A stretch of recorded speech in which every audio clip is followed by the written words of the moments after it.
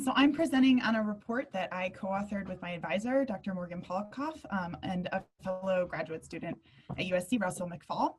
So I'm going to start with a little bit of an overview of the California approach to accountability. So California has seen a big shift in accountability, moving away from consequential accountability under No Child Left Behind. So that's distributing rewards and sanctions for performance, and towards an accountability of more continuous improvement, where educators are able to use accountability data as a tool to help them improve and to figure out where to target their improvements.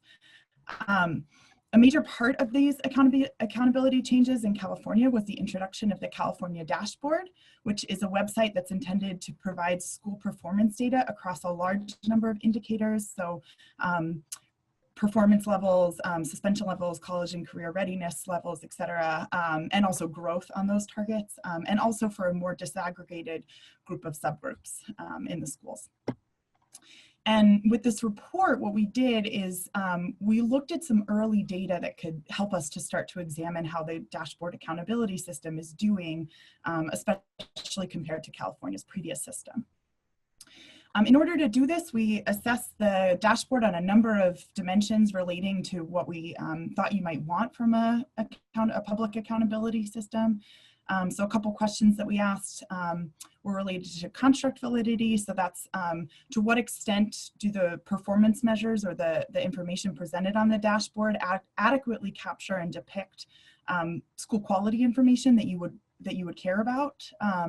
Reliability, so that's how consistent are the measures over time. You could imagine that if a school's performance is bouncing around from year to year, that could be very confusing in terms of where to target improvements.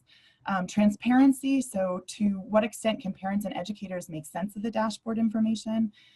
Fairness, so to what extent are schools penalized for factors outside of their control. So you could imagine you wouldn't want, like, school size, for example, to affect schools' performance unless, of course, that was related to how they were doing.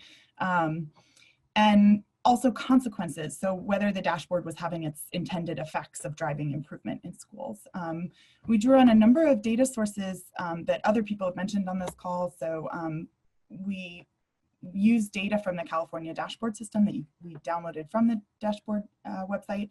And we also drew on interviews with the California superintendents and the statewide poll that Julie mentioned earlier. There's detailed analysis with regard to the questions that I mentioned in the report for anyone who's interested, but some broad overview findings is that the good is that people who are aware of the dashboard like it, and also, so in the poll we presented people with snapshots of the dashboard accountability system, and most people thought that it was doing a good job and it was easy to understand. And also, a major criticism of California's accountability system before was that it had a very high subgroup size. So pretty much unless there were at least 100 students in a given subgroup in a school, performance for those students was not presented. And so the criticism of that was that that does not hold schools accountable for schools even that have a pretty substantial number of students of a given subgroup. And so under the dashboard system, that number has been reduced to 30, which is good relative to the previous system, but that's also a bit higher than some of the other states. So Connecticut, for example, along with a number of other states, used 20 as the prerequisite number.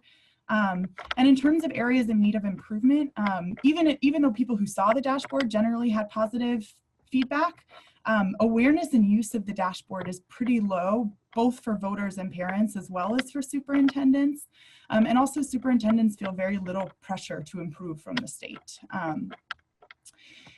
There's also, a lot of superintendents mentioned wanting to compare the performance of their schools to other schools that taught similar students.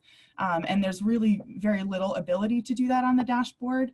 And also just by way of the calculations, and we get into this more in the report, it's still possible for schools to earn very strong overall grades still with weak subgroup performance, which begs the question of how accountable the system is holding schools for all students.